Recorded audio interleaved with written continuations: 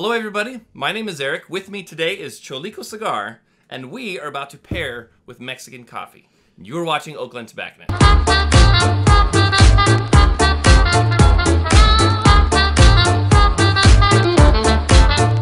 So today we have something very, very interesting and very special as well. Cholico Cigar, thank you again for joining us. And you are a cigar smoker yourself. I am, yes. And you have been smoking cigars for how long? Like 3 years. Okay. So today we are going to be pairing something that I've never tried. What exactly is this drink? This one is a Mexican coffee. Café de la olla is called. So it has the Mexican coffee inside, and it has orange and cinnamon on it. I'm assuming you have some of the coffee, you have a flavor of like cinnamon and citrus. So with that, we are going to be smoking the El Borracho. El Borracho, yes. Which means what in Spanish? El Borracho, the drunk guy. So we're going to be smoking the drunk guy. This is from Dapper Cigar Company. It is one of my favorites. Dapper is an amazing brand. This is the Robusto size. And it has a bit of aggression up at front. It's a bit more peppery. It has a bit more earth. And then it will calm down to be more creamy as we go. Oh, I hope I find those flavors. Well, we're going to see how they pair together with Mexican coffee. So we're going to go and get this cut up. We will pair it together and see where we're at.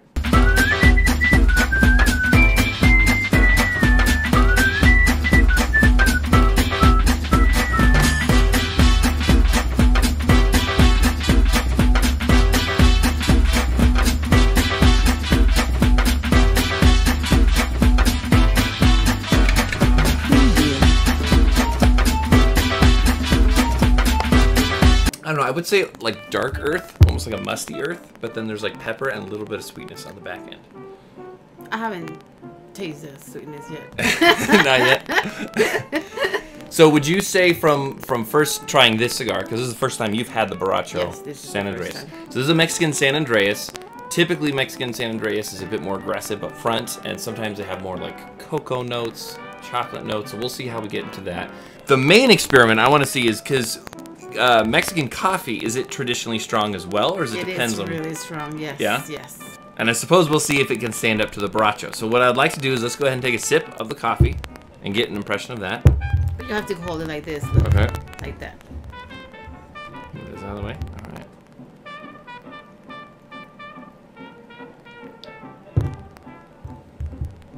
That is complex. It's different. It's very different. What do you mean complex? So you have, for me, the first thing I get is is it an orange in there? Yes. So you have like the citrus up front, and then a little bit of cinnamon, almost like if you were to take the orange and put cinnamon on top of it, but then you have the coffee flavor underneath. Yeah, that too. Yeah. Does it seem as much peppery as it was when you put them together? I think it's more. More peppery? I think more peppery. Okay. With the coffee. I wonder if that's the cinnamon playing with it. You're not gonna believe this, but I started when I was like 6 having coffee. Yeah, like 6 or 7. Yeah. We were like just coffee in the mornings with the Mexican bread that we're missing right now. Okay. So wait, would that be your breakfast at? Yeah, in the morning. At 6? Yeah. And who 6, would you make the coffee 6 or yourself? 7. No, not yet. I started making it when I was like 9 or 10. Okay. It's called Café de olla. Okay. Café de la olla. Café de olla. Café de olla. Olla. Now you come from a bigger family, right? So would 14 kids. Crazy. So would all of you guys drink Mexican coffee? 11 kids in total. Yeah, because my older siblings are like way older than me. Okay. So they were like 15, 18 years older than me. So they were I didn't drink coffee with them. So you got away with it because the older ones were drinking. And a shot of tequila. Yeah. Speaking of which, because we have a very special bottle. What do we have right over here? This is a 1800 Cristalino Añejo. This is weird because it's añejo, but it's clear. Yeah. Okay. And so at what measure do you put? Because you're saying you put tequila in your Mexican coffee when you were 6 years old. Yeah. Wait, really? Yeah, for reals. Don't get red, Eric, for reals. So, we don't use measurements. In Mexico, we don't use measurements for our coffee. So use the ballpark. This is ballpark measuring. What do you mean ballpark? What does that mean? Like, it's not exact. It's just like, it's around there. Yeah, here you go. This is how I like it, and that's it. Okay. We don't even... Now we're going to experiment with tequila in our Mexican coffee with El Borracho. El Borracho. We'll see how it comes out.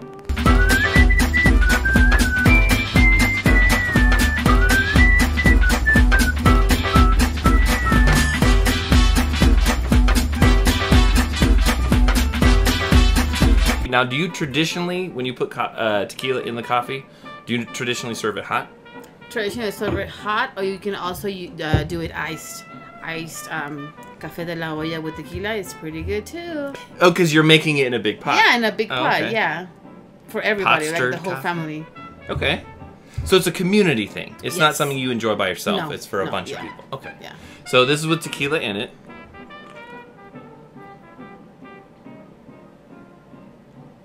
Not bad. I'd drink that.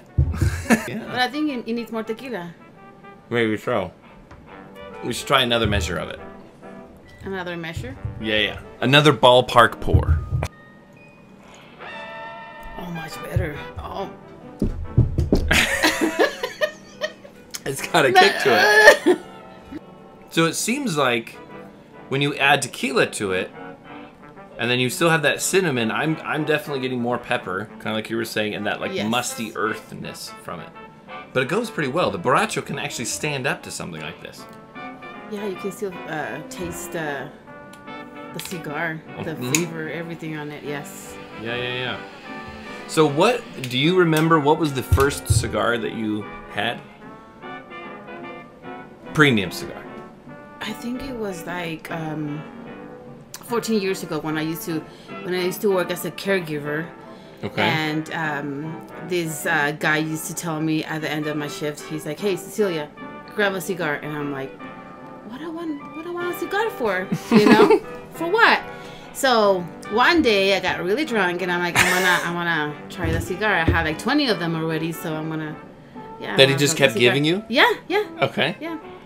I gotta find this guy. I think he's dead by now. Oh no. He was pretty old. He was like 90. He was a nice guy. He liked cigars. He was a nice guy. And I'm like, man, this is good. This is really good. Okay. But you don't remember what it was? I don't remember what. Was it darker, It was lighter? a really dark one. It was bigger than this. Okay. And thicker. Okay, that sounds really bad. It was a larger ring gauge. Ring gauge. Yeah, ring gauge. Larger ring gauge. Yeah. I don't have any favorites right now. No favorites? But you've had some you didn't like that were not your palate. Yes. Okay. I think my favorite used to be, remember the Liga Zebra? Liga Zebra from I American used to come into the humidor and I just grab that Liga Zebra, and then you say, you know what, you should try something else. Try more stuff. So this is really complex, but I do think it actually works with the difference of flavors you're getting from cigar and coffee. The tequila. Don't forget, it's Café de olla with tequila in it. Mexican tequila. Well, all the tequila Mexican. Right? There's no Scottish tequila. Starting to drink Mexican coffee at a younger age, and you get a taste for it. You should have been smoking. But you know what? Tequila, it was like the medicine back in the days. The medicine? The medicine, like you will get sick, like the cough, or you get like a headache, and my dad used to be like, "Oh, here, shot tequila."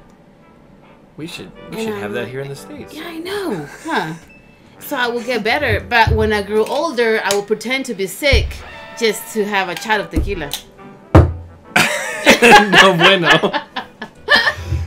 Come on, Eric. Este puro está chingón. Perrón. Chingón. Perrón. You can say perrón, chingón. Perrón. Perrón. Este puro está perrón. There you go. There you go. El borracho este puro. Está perrón. You get a D. Okay, and then I also asked you, because you can see on the side here, which this outlines if a cigar, it's one of the deciding factors. Hecho a mano. Yeah, hecho en mano, which is made by hand. A mano. Hecho a mano. Hecho en mano. A mano, yeah. It's not heco en mano? No. So that is actually one of the defining, you've probably heard the term premium cigar. And typically, a premium cigar is also followed by a premium hand-rolled cigar. So cigars that are on the market considered premium, a long filler, so you have your tobacco leaf running all the way through the cigar, and then you have it rolled and made by hand. Some are machine made. Machine? Made on a machine. And so that's called cheating, though.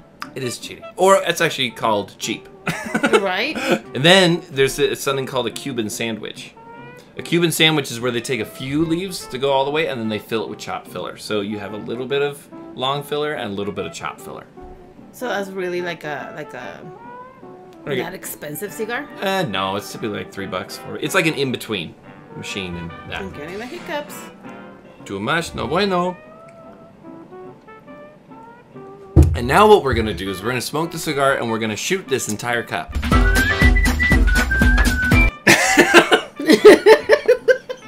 So Cholico Cigar, thank you for being on the show. Thank you for inviting me. Thank you for sharing a family tradition. If you have not tried this, especially with something that is complex, the thing I like about El Borracho is that it's not one note. It has many different flavors, and it also transitions. When it starts, it's a bit stronger, and then it kind of cools back. And so once your palate gets used to something like the complexity of a Mexican coffee with tequila in it, and this, it actually starts like molding together and becoming a flavor of its own. I think it works pretty well. I think it's perfect. Too bad I can't drink this during work hours. Well, it's in a discreet mug. For real, so I'm drinking coffee. And if you make it through the entire coffee and the entire cigar, you might be El Borracho. La borracha. A borracha. La borracha. So thank you again. If you feel so inclined, please comment, like, subscribe. We will see you next time. For now, I am Eric. This is Cholico Cigar. And thank you for watching.